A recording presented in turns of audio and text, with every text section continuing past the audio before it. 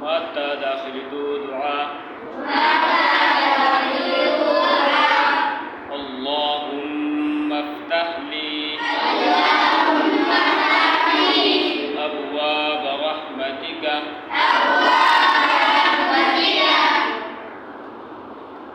چې کله جومات ته داخل شئ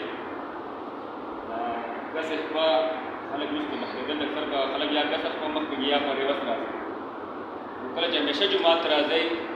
ښې خوا ول دننه کوئ دا دعا به وایئ که جومات ته راغئ نو که ستاسو سره ټیم و د نفلو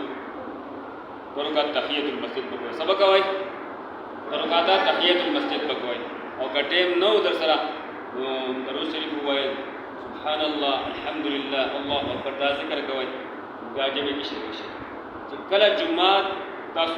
جمع سره مونځ وکړو نو فارغ شئ نو هغې نه پس به تاسو کله کور ته ځئ نو بس شپه به مخکې کوئ په بیزار باندې به کړئ دا دعا به وایئ جومات نه دو دعا اللهم إني أسألك من فضلك دا دعا تاسو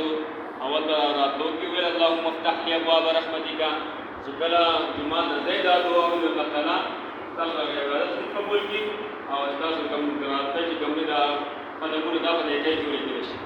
چې کله کور ته ځئ نو درېیمه کلمې سبحان الله والحمد لله ولا اله الا الله والله اکبر دا ذکر کوئ کور ته وځئ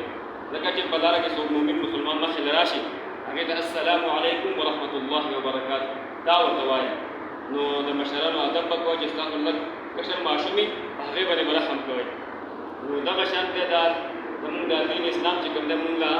هر څه ښوولې دی لیکن عمل کول غواړي اول زده کول غواړي بیا به عمل کول غواړي مونږ کوشش دا کوو زمونږ دا زندګي چې کوم دی دا د رسول الله صلی الله علیه وسلم د سنت مطابق زمونږ په وجود کې راشي مونږ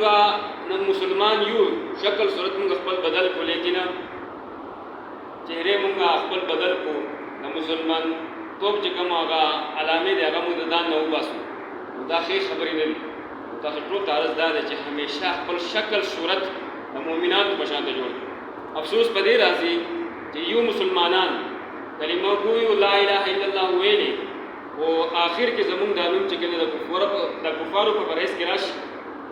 دا ټول غټ افسوس دی ان شاء الله تعالی همیشه دا کوشش وکړو خپل دین اسلام مطابق الله تعالی په حکم او د رسول الله صلی الله علیه وسلم په طریقو چلیږو دا زموږ لپاره لوی کامیابي ده